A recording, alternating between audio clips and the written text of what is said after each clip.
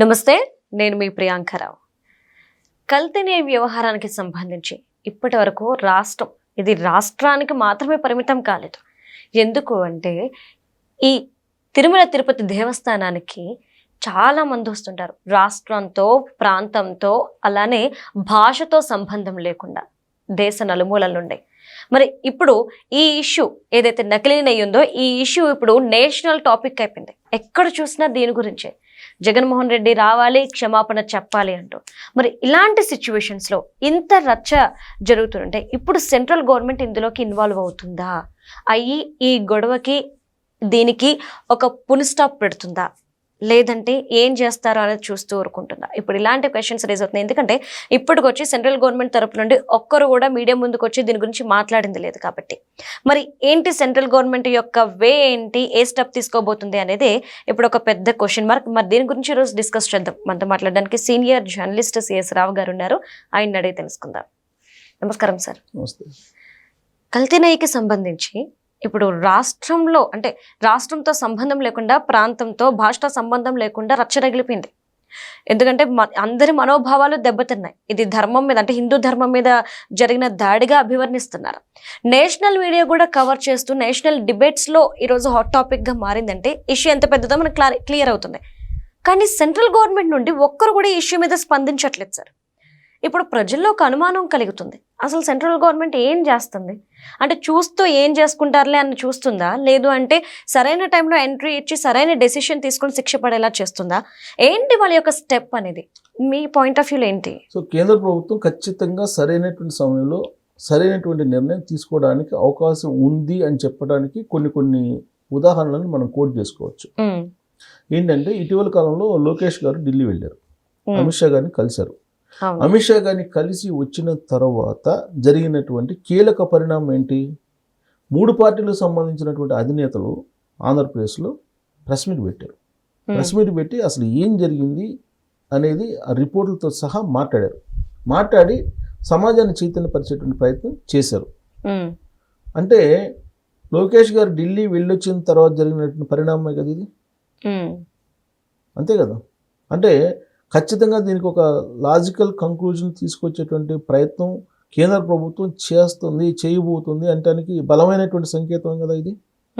రెండో point, national మీడియాలో ఇది జరిగి సిబిఐ రిపోర్ట్ ఇచ్చి దాదాపు 10 రోజులు అవుతుంది. నేషనల్ మీడియాలో నిన్నటి నుంచి హోరెత్తుతుంది ఇష్యూ. నేషనల్ మీడియాలో అంత పెద్ద ఎత్తున హోరెత్తుతుందని అంటే ఇప్పుడు కనుక ఈ ఇన్సిడెంట్లో కనుక ఖచ్చితంగా కేంద్ర ప్రభుత్వం జోక్యం చేసుకొని దీని లాజికల్ కంక్లూజన్లు తీసుకురాకపోతే దేశవ్యాప్తంగా బీజేపీ పార్టీకి నష్టం జరిగే అవకాశం ఉంది. ఎందుకనంటే హిందువులని వాళ్ళు ఓట్ల రూపంలో ఉపయోగించుకుంటున్నారా, లేదంటే హిందూ మతం మీద వాళ్ళు ఆధిపత్యం కోసం ప్రయత్నిస్తున్నారా అనేది పక్కన పెడితే, అంటే హిందూ మతాన్ని వీళ్ళే నడిపిస్తున్నారా, లేదంటే హిందూ మతాన్ని ఉపయోగించుకుని వీళ్ళు రాజకీయంగా ఎదుగుతున్నారా అనేటువంటి చర్చ ఒకటి నడుస్తుంది. ఆ చర్చ పక్కన పెడితే ఇప్పుడు హిందూ ధర్మాన్ని, సనాతన ధర్మాన్ని నమ్ముకొని రాజకీయాలు చేస్తుంది ఎవరు? బీజేపీ కదా. ఇది అందరికీ తెలిసినటువంటి విషయమే కదా. ఇప్పుడు ఈ ఇష్యూలో కనుక జోక్యం చేసుకోకపోతే ఇప్పుడు వరకు ఏదైతే బీజేపీ రాజకీయం చేస్తూ ఎదిగొచ్చిందో, దేన్ని నమ్ముకొని అయితే ప్రధానాస్త్రంగా చేసుకొని రాజకీయాలు చేస్తుందో అది బలహీనపడే అవకాశం ఉంది. ప్రపంచ ఆధ్యాత్మిక కేంద్రం తిరుమల, ఆ తిరుమలలో జరుగుతున్నటువంటి దాని మీద మీరు లాజికల్ కంక్లూజన్ తీసుకురాకుండా జగన్మోహన్ రెడ్డి గారి కేసుల్లో ఏ విధంగా అయితే చేస్తూ ఉన్నారో అదే తరహాలో చేస్తే మీ మూల ఆలోచన ఏదైతే ఉందో, మీ పార్టీకి వెన్నుముక లాంటి అంశం ఏదైతే ఉందో ఆ అంశం బలహీనపడే అవకాశం ఉంది. అఫ్కోర్స్ దీంట్లో నార్త్ వాళ్ళు ఉండొచ్చు, ఏది జైళ్ళు నార్త్ వాళ్ళు ఉండొచ్చు, రసాయనాలు అందించినటువంటి వాళ్ళు, లేదా సుగంధ ద్రవ్యాలు పంపించిన వాళ్ళు ఢిల్లీకి సంబంధించినటువంటి మార్వాడీలు అయి ఉండొచ్చు. కానీ ఈ ఇష్యూలో లాజికల్ కంక్లూజన్ తీసుకొచ్చి ఎవరైతే సూత్రధారులు ఉన్నారు, పాత్రధారుల్ని పట్టుకున్నారు, జైలును పట్టుకున్నారు, చిన్నప్పను పట్టుకున్నారు, చిన్నప్పనని, తర్వాత తిరుచానూరులో ఈ కంటైనర్లు పంపించినటువంటి వాచ్మెన్ను పట్టుకున్నారు. కానీ మీరు ఎవరిని పట్టుకోవాలి? సూత్రధారులను పట్టుకోవాలి. సూత్రధారులే కదా పాత్రధారులను తయారు చేసింది. సో ఆ సూత్రధారులను పట్టుకోవాలి. ఆ సూత్రధారులను కనుక పట్టుకోకపోతే మీరు ఏదైతే నమ్ముకొని, మీరు ఏదైతే ప్రధానమైనటువంటి అంశంగా బేస్ చేసుకొని రాజకీయాలు చేస్తున్నారు దేశవ్యాప్తంగా, అది బలహీనపడే అవకాశం ఉంటుంది. కాబట్టి బీజేపీ ఢిల్లీ పెద్దలు ఖచ్చితంగా ఈ విషయంలో జోక్యం అనివార్యంగా చేసుకోవాల్సిన పరిస్థితి ఏర్పడింది ఇప్పుడు. లేదంటే హిందూ ధర్మం, సనాతన ధర్మం గురించి ఇక మాట్లాడితే భక్తులు నమ్మేటువంటి పరిస్థితి ఉండదు రాబోయే రోజుల్లో. ఇంతకన్నా పెద్ద ఇష్యూ అయితే ఇంకోటి ఉండదు కదా. హిందూ ధర్మానికి లేదంటే సనాతన ధర్మానికి ఇంతకన్నా మహా అపచారం కానీ మహా అపరాధం కానీ మరొకటి ఉండదు. ఇలాంటి దాంట్లో ప్రజల సెంటిమెంట్ని గమనించి ఒక పెద్ద డెసిషన్ తీసుకోకపోతే దాని మూల్యం ఖచ్చితంగా చెల్లించుకోవాల్సి వస్తుంది. లేదు ఇప్పుడు సిబిఐ తన పని తాను చేసుకొని శిక్షించమంటే వాళ్ళు శిక్షిస్తారు. ఇప్పుడు సిబిఐ అంటే స్వతంత్ర ప్రతిపత్తి గల సంస్థ అంటారు అందరూ. అది ఎవరు ఆధ్వర్యంలో నడుస్తుంది? కేంద్ర హోంశాఖ ఆధ్వర్యంలో నడుస్తుంది. స్వతంత్ర ప్రతిపత్తి ఎవరికి ఉంటుంది? ఎక్కడుంది? స్వతంత్ర ప్రతిపత్తి ఉంటే ఇన్ని కేసులు ఇంతకాలం పాటు పెండింగ్ ఉంటాయా? ఉండవు కదా.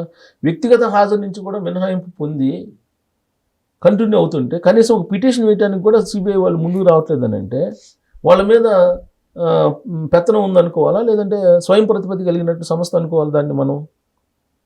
Simple logic.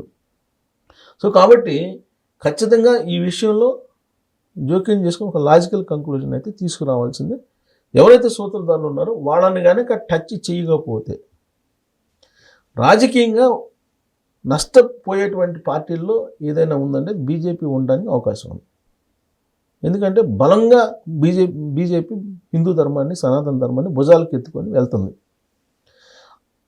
పోలరైజేషన్ కావాలి, హిందూ పోలరైజేషన్ కావాలని కోరుకుంటున్నటువంటి పార్టీ కూడా అదే. కాబట్టి ఇప్పుడు కోట్లాది మంది హిందువులకి సంబంధించినటువంటి ఇష్యూ కాబట్టి దీంట్లో కనుక మిగతా వాటిల్లో చూసి చూడనట్టు ఏ విధంగా అయితే వ్యవహరించారనేటువంటి అపవాదులను ఎదుర్కొంటున్నారో అలాంటిది కనుక దీంట్లో ఎదుర్కోవాల్సి వస్తే మాత్రం రాబోయే రోజుల్లో మూల్యం మాత్రం చెల్లించుకోవాల్సి వస్తుంది. కాబట్టి అది సెంట్రల్ ఇంటెలిజెన్స్ ఖచ్చితంగా ఈ పార్టీ చెప్పు ఉంటుంది. రైట్. చెప్పకపోతే అమిత్ షా గారు లోకేష్ గారిని పిలిపించుకొని మాట్లాడాల్సిన అవసరం లేదు. ఇక్కడ రాగానే లోకేష్ గారు ఇక్కడ రాగానే ఇమీడియట్గా ఈ ప్రెస్ మీట్ కూడా జరిగింది.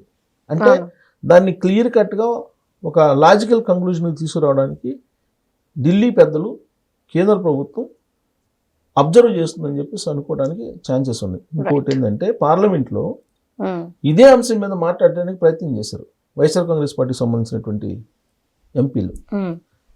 వాళ్ళకి అవకాశం ఇలా మాట్లాడటానికి. తర్వాత వాళ్ళు ఏదో ప్లే కార్డులు పట్టుకుని ఒకరోజు ఏదో ప్లాకార్డులు పట్టుకుని ఏదో ఒక అరగంట 10 నిమిషాల్లో ప్లాకార్డులు ప్రదర్శించారు తప్పితే అందుకన్నా వాయిస్ పార్లమెంట్లో వినిపించలే.